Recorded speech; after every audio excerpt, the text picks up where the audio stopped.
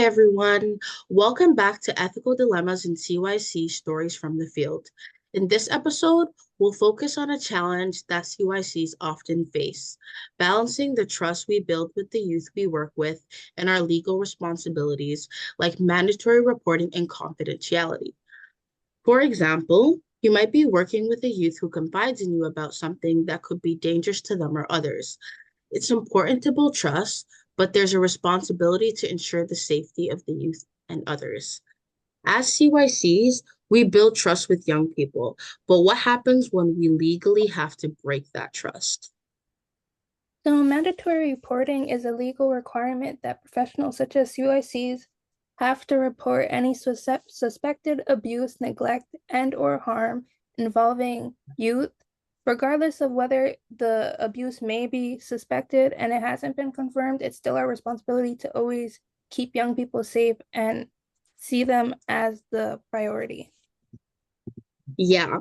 And every country may have different laws surrounding mandatory reporting, but the core principle is the same, which is to protect the young person first. As CYC professionals, it is not our job to necessarily investigate these specific circumstances. Our role as CYCs is to simply report any concerns and let the proper authorities then go ahead and decide what the next steps are from there.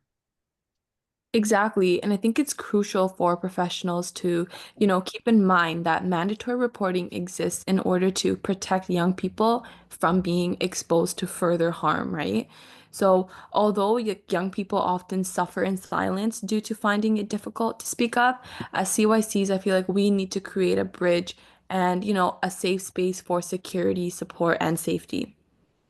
Yeah, I agree. And although professionals may be reluctant to disclose any information to avoid unnecessary intervention or possibly overreaction to the situation at hand, I think as professionals, failing to report can actually be more detrimental to the youth than reporting any suspicions that may turn out to be false. Due to this, it is always better to lean on the side of being cautious and protecting young people. Absolutely. And not reporting when the law requires it can lead to serious consequences, including legal action. Because beyond legal duty, we have an ethical responsibility to ensure young people are in a safe, supportive environment.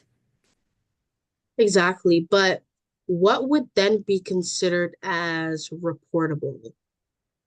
Well, I feel like reportable concerns can include, things like physical abuse, physical, visible injuries, bruises, unexplained bruises, also obviously sexual abuse, neglect, the lack of, access to necessities such as food or shelter, even medical care, as well as emotional abuse, receiving threats, being exposed to violence, and also exposed to, domestic violence, witnessing violence and or abuse in home environments.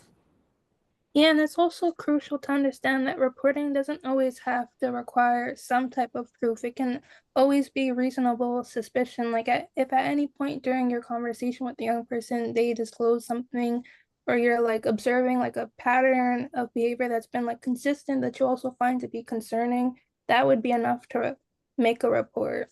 Mhm. Yeah, I agree. And, as professionals, one of the critical aspects of mandatory reporting is balancing our trust with young people, especially while still meeting our legal responsibilities. The reason as to why young people are so comfortable with coming to us about anything is because they feel acknowledged and safe. Mm-hmm. Yeah, because we provide that space for them, right? Exactly, and this is why transparency is key. We need to let young people know up front that if they ever share something that sounds like abuse or harm, we have a legal duty to report it. By establishing this from the beginning, it avoids any feelings of betrayal in the future and establishes transparency. Mm-hmm. Yeah, and that idea of upfront transparency becomes even more important when we're actually faced with the situations that involve potential harm. So let's take a case example to explore this further. Jaden, who has been meeting regularly with the CYC, had been showing signs of social withdrawal, anxiety, and some changes in behavior at school. One afternoon, Jaden opens up and explains they've been self-harming on their arms, mostly at night. They describe feeling overwhelmed by school, pressure from home, and constant arguing between their parents. He's worried their parents will be angry, or worse, not take them seriously if they find out. This is such a hard moment. I think a lot of us, when we hear something like this, we feel that immediate internal conflict. We know what we're legally required to do, but, sometimes emotionally it's not that simple. We want to protect the youth, but obviously reporting can feel like a betrayal sometimes. Yeah. And there's so much guilt in that moment because here's a young person who trusted you enough to be vulnerable, and now you're in a position where that trust might feel broken, even if you know that reporting is the right thing to do. You still Yeah. carry that emotional weight with you, you know? Yeah, no, I get that. I get that. That guilt really grows when you care deeply. You might even start questioning everything, like, should I wait? Should I try to support them without reporting? But, hesitation can really be dangerous. And then you feel guilty for even hesitating. It's like a constant cycle. Yeah, I agree. And it's not just guilt sometimes, it's also fear. Fear that the youth will shut down, lose trust, or even be more alone. It's like your heart and your role are pulling you in opposite directions. Yeah, I agree. And even after reporting, that heaviness still stays. Like you wonder, did I do the right thing? Did I make things worse? Like these are the moments that like we often carry with us as CYCs. Yeah, exactly. And these aren't like, black and white decisions. Reporting, may be a clear requirement on paper, but emotionally it's messy. And we often don't, talk enough about what it costs us emotionally to do what's right. I completely agree. And that's why spaces like this, where we can discuss and talk amongst each other about the emotional side, are so important because it reminds us that struggling with these moments doesn't make us bad at our jobs. It means that we just really care. Yeah, these moments are tough, but they also speak to how deeply invested we are in the work. And we have to also remember that we don't have to carry this weight alone. So, one of the toughest things about working in this field is the emotional weight of reporting. It's not just about following protocol, it's about knowing what we do can directly impact a young person's life. And sometimes that impact can feel heavy, especially when you know a report could lead to outcomes that causes them more distress. And those feelings, they don't just disappear after the report is made, you know. Sometimes they follow you home and you start questioning whether the system will respond well or help the young person properly. And that's a lot to sit with. Yeah, exactly.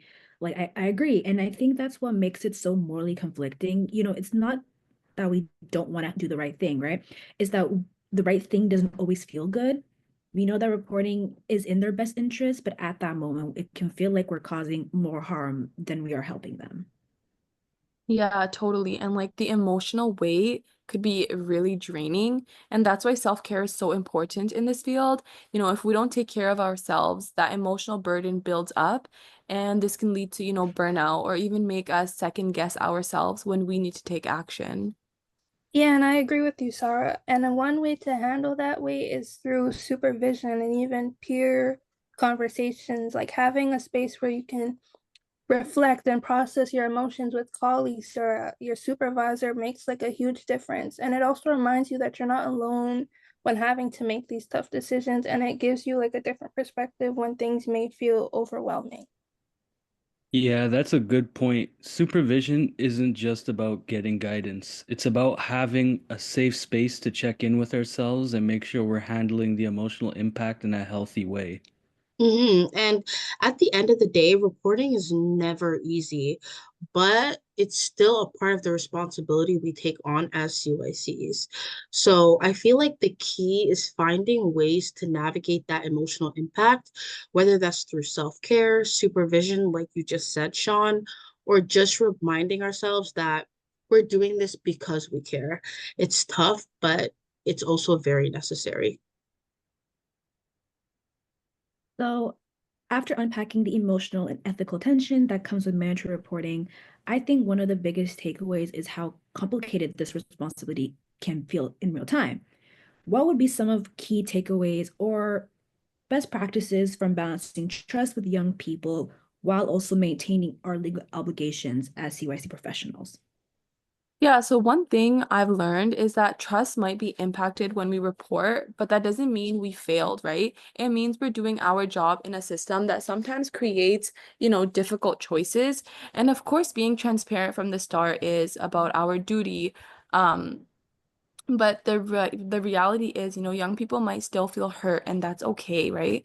Like our responsibility is to keep showing up with empathy and consistency even after a report. Mm-hmm.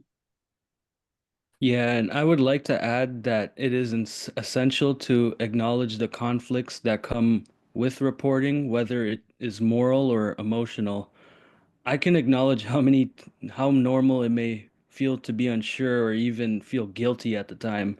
That may even cause us to worry about how it will affect the young person in the short term. However, we have to often remind ourselves that our job is to avoid the risk of continued harm in the future. Absolutely, I agree 100%. And that's where self-care and seeking peer support comes into factor. Like the emotional weight that CYCs face from reporting can already be heavy. And CYCs are not excluded from feeling stressed or being burnt out from their work. So we have to understand as CYCs that we cannot always pour from an empty cup. Which is why it's important for us to always take care of ourselves so that we can provide more efficient care to the young people we support. I completely agree. And it is crucial to remember, especially our audience who's listening, that you're not alone in this field. While CYC professionals experience these difficult choices, we can navigate through these circumstances by relying on job training, using our professional connections and legal regulations. If we remain honest and self-aware, we can fulfill our responsibilities while also continuing to be reliable and supportive individuals in young people's lives. Yeah, and it is extremely important to understand that the work we do as CYCs is not always as easy as it may seem, but that our work is meaningful. If we ourselves are committed to the ethical aspects of the field, we are able to provide young people with the care and support that they deserve. Definitely. And great conversation, guys. Thank you for tuning in. So, next episode, we'll talk about ethical challenges when working with other professionals in multidisciplinary teams. So, see you then. And don't forget to check out our bio for resources and a link to our Instagram to get updates.